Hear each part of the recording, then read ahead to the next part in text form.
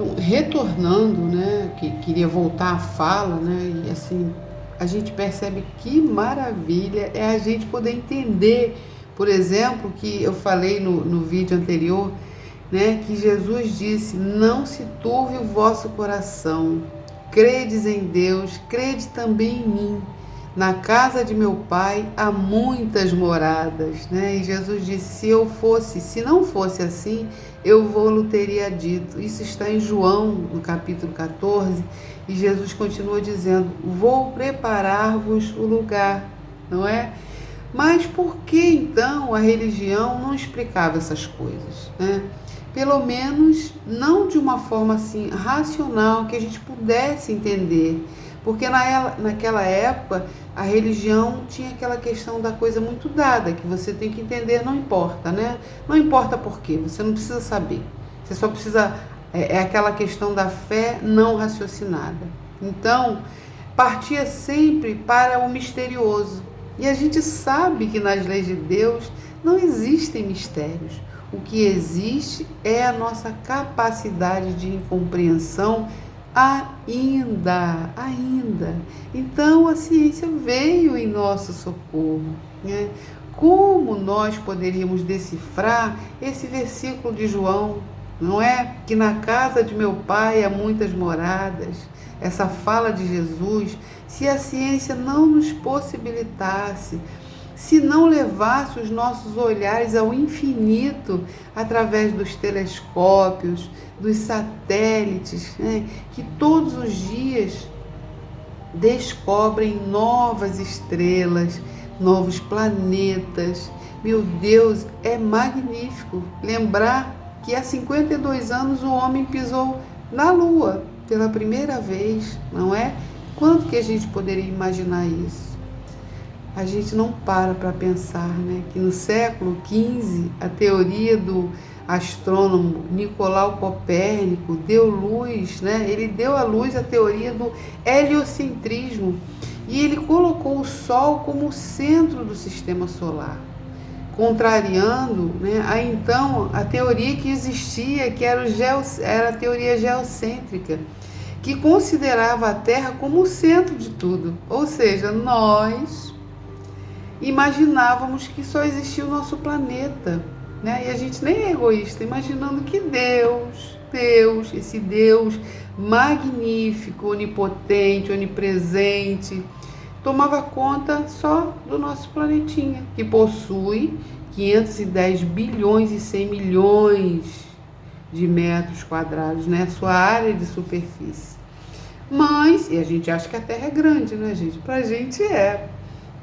Então, em 2006, os cientistas descobriram o TRES-4, que atualmente é considerado o maior planeta do universo, né? Do nosso universo.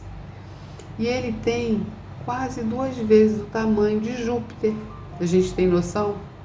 Não, Júpiter é 11 vezes maior do que a Terra, né? E há 4 bilhões e meio de anos, mais ou menos, a gente viveu enganado, acreditando que a Terra era o centro de tudo, né? Que, como eu já disse, é a teoria geocêntrica. Dá para a gente perceber, irmãos, a importância da ciência na gênese, né? No descobrimento, na análise da criação, né? Sim, agora nós podemos. A ciência nos possibilitou o entendimento da fala de Jesus ao dizer: na casa do meu pai tem muitas moradas, são muitos planetas, né? São muitas estrelas, então a gente não faz a menor ideia, uma pequenina ideia do que seja isso.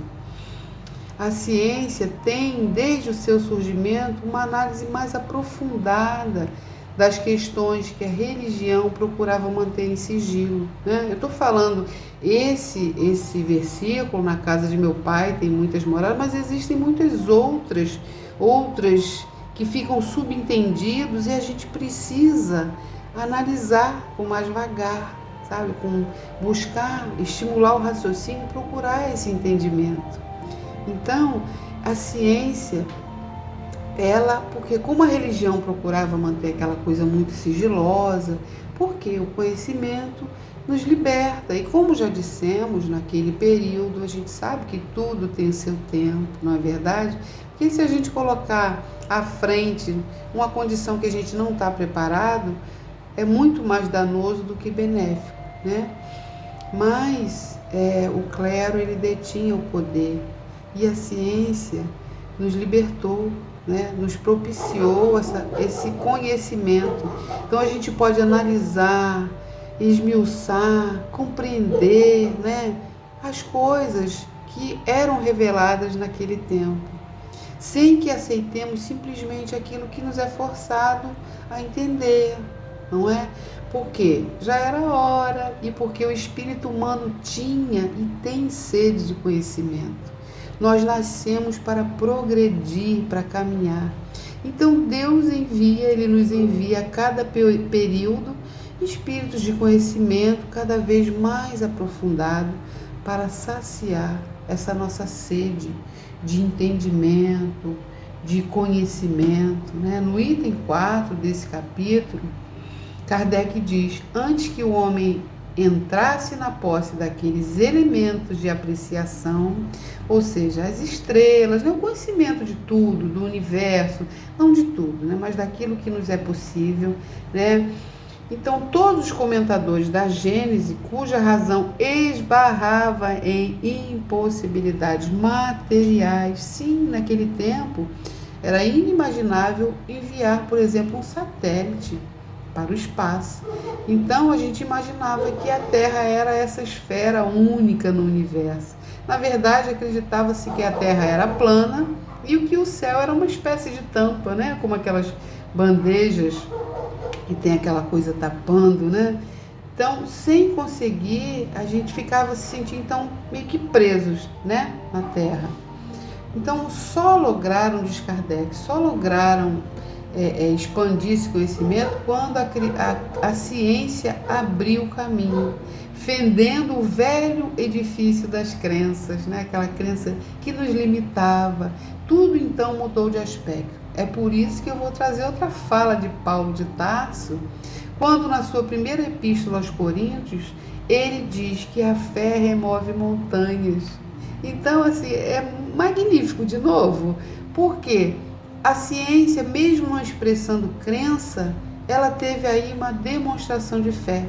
Porque se ficássemos acreditando que a Terra era apenas aquilo, estaríamos no mesmo lugar, no mesmo patamar, né? Então, mesmo não expressando, a ciência estudou e viu que existe sim possibilidade de sair daquele planeta, né? E irmos além. Então, meus irmãos, o assunto está ótimo, é um capítulo pequeno, mas que nos possibilita tantas coisas, tantas condições de raciocínio.